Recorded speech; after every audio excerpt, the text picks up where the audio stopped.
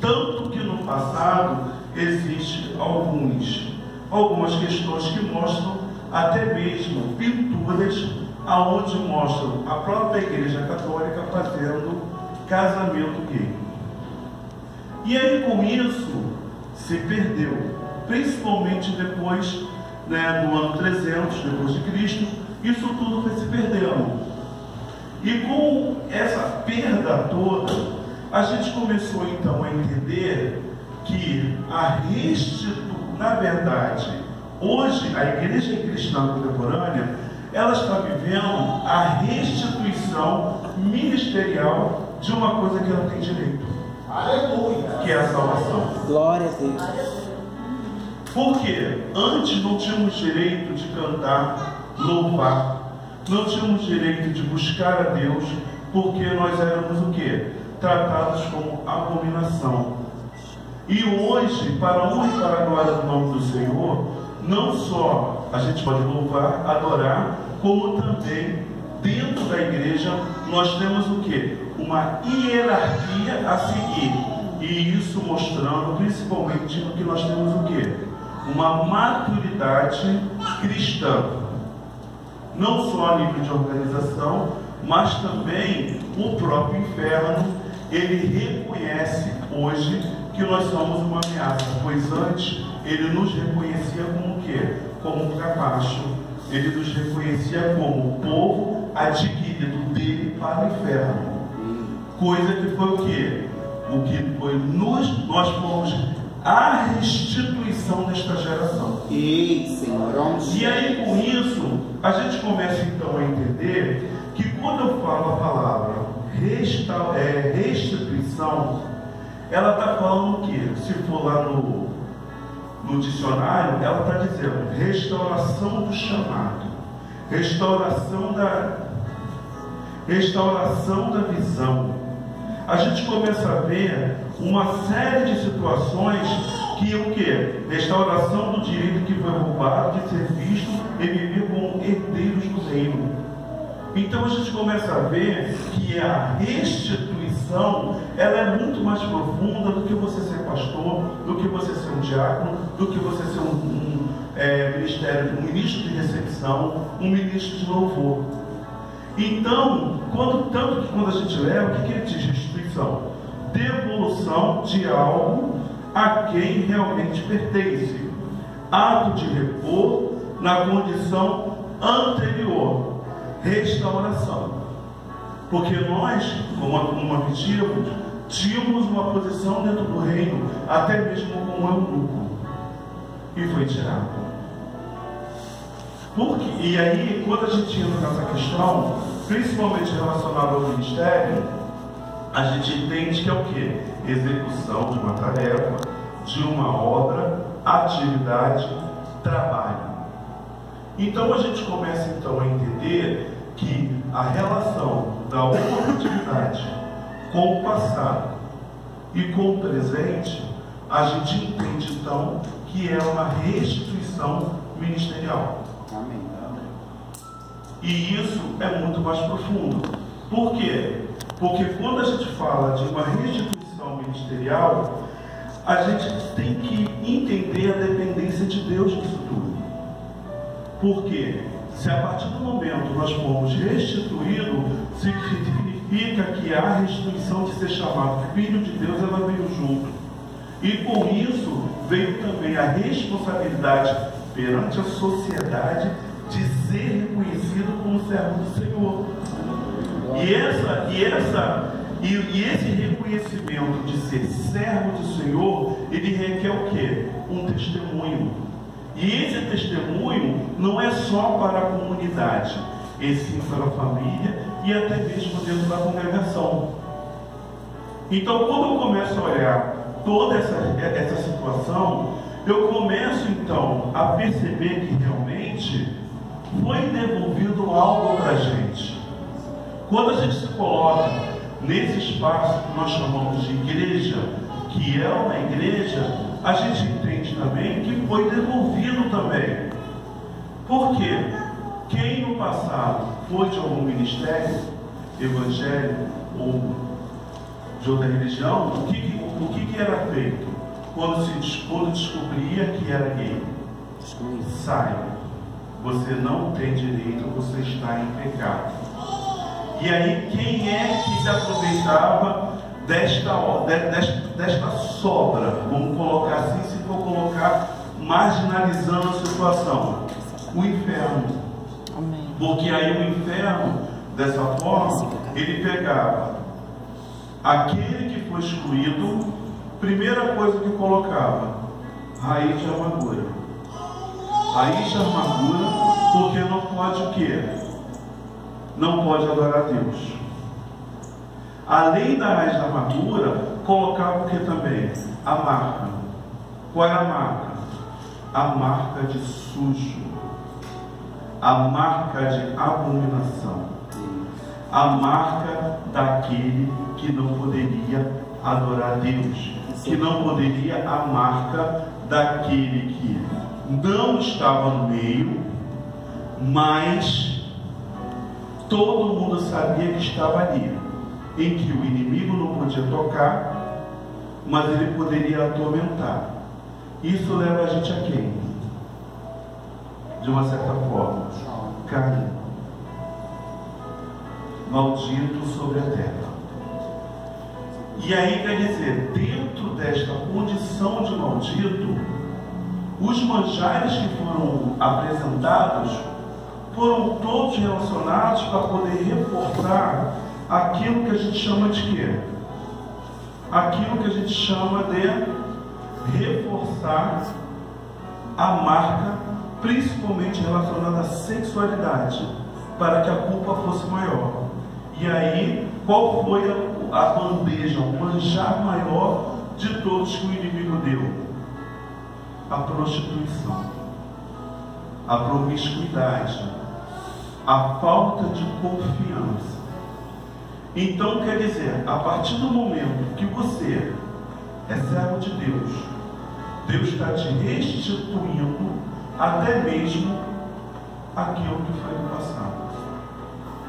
Então a restituição ministerial, principalmente para o servo do Senhor, ou afetivo, é a volta dessa integridade, é a volta dessa questão que é o que? Maior, que é muito mais do que pensar que eu vou ser diácono um dia, eu vou ser pastor um dia, eu vou ser... É muito mais do que o banco que você está sentado. Porque todos que são, no caso, homoafetivos e estão em Cristo Jesus, a responsabilidade é em dobro e é muito maior do que até mesmo no hétero. Porque até como servo do Senhor somos apontados e a gente tem que ter o quê? O testemunho. Como outro dia teve um irmão que ele trabalhando, ele ouviu da sua colega de trabalho: poxa, nosso patrão, ele é da igreja X, só xinga palavrão, só fala, mas você que é um evangélico gay, dá mais testemunho do que ele. Isso é o que? Mostrando a marca da restituição, sim. E não só isso, como também mostra que a gente não pode colocar, a gente não pode agir como criança na fé perante a sociedade. Só que muitos são de igrejas anteriores, mas muitos também não são. E aí, quando a gente pega aqueles que não são, a gente precisa o quê? Ensinar. E aqueles que foram, eles têm que ser o quê? Readequados. Por quê? Porque muitos pensam que ser servo do Senhor, homoafetivo, eu tenho que, a igreja tem que fazer a minha vontade. Se a igreja não fizer a minha vontade, eu saio. Se a igreja não fizer aquilo que eu estou me propondo, eu saio. Então aí nesse momento a gente começa a nos colocar como centro do universo, passando na frente da vontade de Deus e sendo o que? O central dentro desta relação, aonde o centro deveria ser Cristo, a gente coloca a nossa própria vontade, o que explica muitas vezes o nosso milindre. Existem várias pessoas que são milindradas, que qualquer coisa, se você falar um pouco mais forte, ela quer sair da igreja. Se você chegar para ela e dizer não, ela quer sair da igreja. Então isso significa o quê? Que com a restauração do ministerial, o que veio junto? A ameaça do inferno. Porque agora nós somos ameaça para ele, porque a gente tem o poder de arrancar do inferno aquele que está lá. Quando fomos a Fênix para anunciar o Evangelho naquele lugar, teve uma que ela falou assim para mim: o meu pai é pastor, fui da igreja há muitos anos, mas como eu sou lésbica, eu saí. E você está me dizendo que Cristo me ama da maneira que eu sou. E aí eu cheguei para ela e ela falou assim: então você me mostra. E eu comecei a falar, conversar e mostrar. Até que chegou no momento que Deus começou a me tocar no seguinte: quinta-feira passada, quando a Diaconisa Kelly pregou, eu peguei e gravei um pedaço da mensagem. Quando eu estava com ela estava com um fone de ouvido, eu cheguei para ela e falei assim: olha só, eu vou botar uma coisa aqui para você escutar. E botei uma parte da pregação da Diaconisa Kelly. Ela olhou para mim e só falou o seguinte: salve meu número no teu celular e me manda coisas da igreja. Aleluia. Alma sendo restaurada, restituição ministerial acontecendo. Aleluia. Ela cantava e ela também tocava instrumento. E aí com isso, nós, por muitas vezes, que retemos a restituição ministerial na nossa vida. E aí, como a gente como é que a gente pode evitar a restituição ministerial na nossa vida? Por muitas vezes, o banco, ele serve para tratar. O banco, ele serve para cuidar. Quando você está precisando de tratamento, o banco, ele é excelente. Mas o banco não pode ser eterno. Você tem que levantar e você tem que trabalhar. Porém, muitos querem se manter no banco, porque o seu banco é o teu quê? O seu refúgio. E aí, ele acaba ficando o quê? Superficial. Não acaba tomando posse da sua restituição ministerial. E aí acaba o quê? Se tornando um problema. E não só isso, como também, se vê algo errado, vai comunicar para quem? Para o membro, porque aquilo não é problema dele. E nós, até mesmo oficiais, nós temos que saber o seguinte: tudo que acontece na igreja, seja em relação ao evento, seja em relação à pessoa, seja em relação até mesmo a teia de areia que está ali no canto, isso é problema nosso. Verdade. E se a gente quiser gerar restituição ministerial em pessoas, nós temos que primeiramente reconhecer o ministério da gente. O ministério de Cristo, que é o ministério puro, que é o ministério bondoso, benigno, que ele é o ministério leve, onde o fardo é leve, onde o ministério aonde nós começamos a entender que nós somos o quê? Salvos. E dentro dessa questão toda, tem uma palavra em Neemias 13, que ele diz o seguinte, 10. Também soube que Neemias, no caso, ele soube, vou falar por cima, que os levitas eles tinham se espalhado. Isso a gente está falando já de uma situação dentro da igreja. E a palavra diz assim: também soube que as porções dos levitas não estavam sendo dadas a eles, de maneira que os levitas, os cantores que faziam o serviço, tinham fugido cada um para o seu campo. Então repreendi os magistrados e perguntei: por que a casa de Deus ficou abandonada? Reuni os levitas e os cantores e os restituí aos seus postos. Então todo Judá trouxe os dízimos dos cereais, do vinho e do azeite aos depósitos. Em outras palavras, se a gente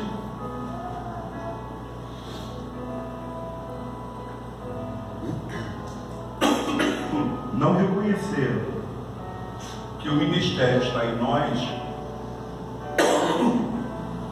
a gente não consegue reunir pessoas. Se a gente não consegue reunir pessoas, a gente não consegue anunciar a salvação. Se a gente não consegue anunciar a salvação, muitos não vão ser restaurados. E com isso tudo, a restituição ministerial, ela é muito mais que o chamado, como eu já falei. E aí é o que? É nos colocar novamente na presença de Deus como servo e moradores do céu. Muitos que estão sentados aí no banco ainda não tiveram a restauração ministerial na sua vida. Por quê? Se por acaso a restauração ministerial ela tivesse acontecido de forma profunda, nós teríamos mais oficiais da igreja. Nós teríamos muito mais salvos. Nós teríamos coragem realmente de mergulhar no mar do esquecimento e trazer para a praia aqueles que estão esquecidos, não só dentro da boate, como também nos lugares de pregação, como também aquele que está preso lá dentro da casa fingindo ser hétero, porque é mais fácil. Então, quanto mais nós anunciamos o Evangelho, mais pessoas são resgatadas do inferno. Significa que mais pessoas têm a sua restituição ministerial. E isso significa que a gente consegue o quê? Resgatar o nosso irmão. Qual é a nossa responsabilidade dentro dessa questão toda?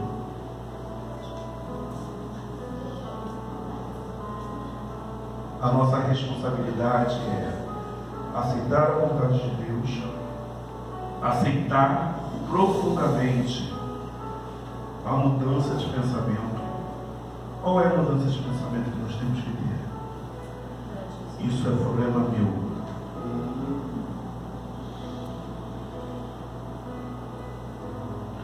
Aquele menino que se jogou, suicidou, você é homoafetivo e a família não aceitava, isso é problema meu. Aquele que levou uma surra, que a família descobriu, isso é problema meu. O irmão que está querendo sair da igreja, mas aparentemente está sorrindo e feliz, isso é problema meu. Porque esse é o peso da restituição ministerial. Porque nós somos a igreja. E como igreja, por muitas vezes, a gente quer se colocar como criança, repetindo, aonde a nossa vontade ela tem que ser feita.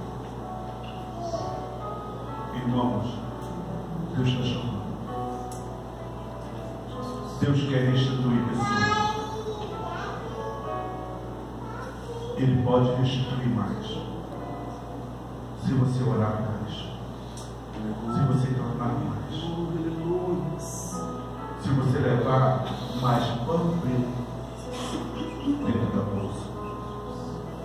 Se você disser para aquele primo que Deus ama ele, para aquele colega de trabalho que Deus ama ele. Quem para a rede não é o diabo, é a gente. É os nossos pensamentos, é os nossos egoísmos. Precisamos sim reacertar o alvo que é Cristo como centro da nossa vontade e se negar. Que muitos não querem fazer isso porque dá trabalho. Mas eu te falo, não é gostoso louvar aqui na frente? Não é bom receber alguém? Não é bom fazer um gabinete e ver as coisas acertaram? Isso é restituição ministerial. Ou melhor, resultado do teu ministério por Deus. Resultado da restituição da sua salvação. Podemos sofrer, podemos ficar doentes, sim. Podemos sofrer aflições, com certeza. Mas a gente tem a certeza de que Deus está conosco. E é por isso mesmo. Desculpa. Amém. E é por isso mesmo que Deus ofereceu para a gente em Isaías 61:7.